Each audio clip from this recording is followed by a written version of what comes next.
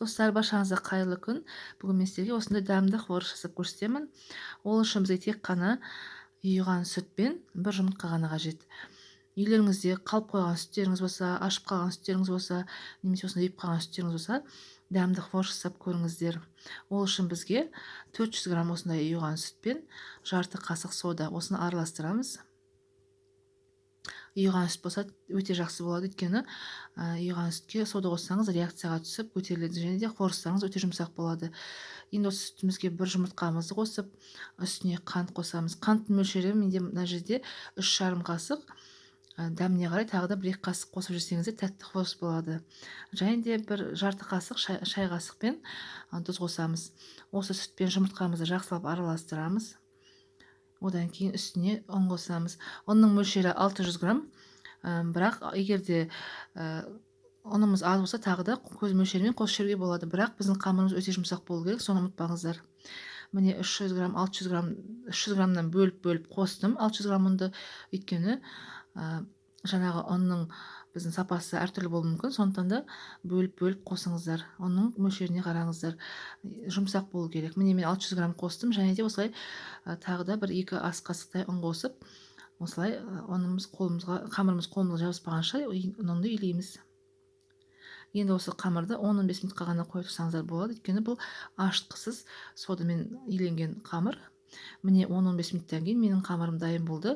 Өте жұмсақ болып тұр. Енді осы қамырға жақсылап ұнымызды жағып, жұқалап, оны жаямыз. Қатты жұқа қылмаймыз. Енді оқтаумен осыны жайып аламыз. Міне достар, осындай қалыңдықта болу керек. Енді осыларды біз осы қамырды осындай әртүрлі формамен де турауға болады, немесе жай ғана пышақпен де кессеңіздер болады. Осындай көлемде кесіп қуырыш жасаймыз. Міне осылай ортасынан кесіп қуырыстың көлемін жасаймыз. Енді барлық қамырларымызды осылай жасап аламыз, дайындап. Достар, міне мен барлығын турап дайындап қойдым. Енді қызып тұрған майымызға осы қуырыстарымызды пісіреміз. Достар, егерде осы видеоны көріп жатқандарыңыз болса, егерде маған тіркелмегендеріңіз болса, менің каналыма тіркеліп, лайк басып, комментарий жазып қойыңыздар. Менің каналымда, менің арнамда ары қарайда әдемі, дәмді, өте пайдалы видеолар болады. Және де әртүрлі торттардың, тәттілердің рецепттері болады. Менің каналыма тіркеліп қойды, ұмытпаңыздар. Мен достар, мен қуырыстарымды пісіріп болдым. Енді осының қуырыстардың бетін қант ұнтағымен әдемілеуге болады. Және де оның тәттілігі егерде аз болып жатса, қант ұнтағын міндетті түрде үстіне себіңіздер. Және достар, бұл қуырыстарды ұйыған сүтпен ғана емес, айранмен де істеуге болады. Осындай жұп-жұмсақ, әдемі болып шығады.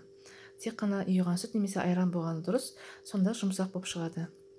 Достар, егерде бүгінгі сіздерге менің пісірген қуырысым ұнап жатса, менің каналыма тіркеліп, лайк басып, менің каналымды қолдап жүруге ұмытпаңыздар. Өте қуанышты боламын. Және де ары қарайда сіздерге қызықты, жақсы, пайдалы видеоларды салып тұруға тырысамын. Сау болыңыздар.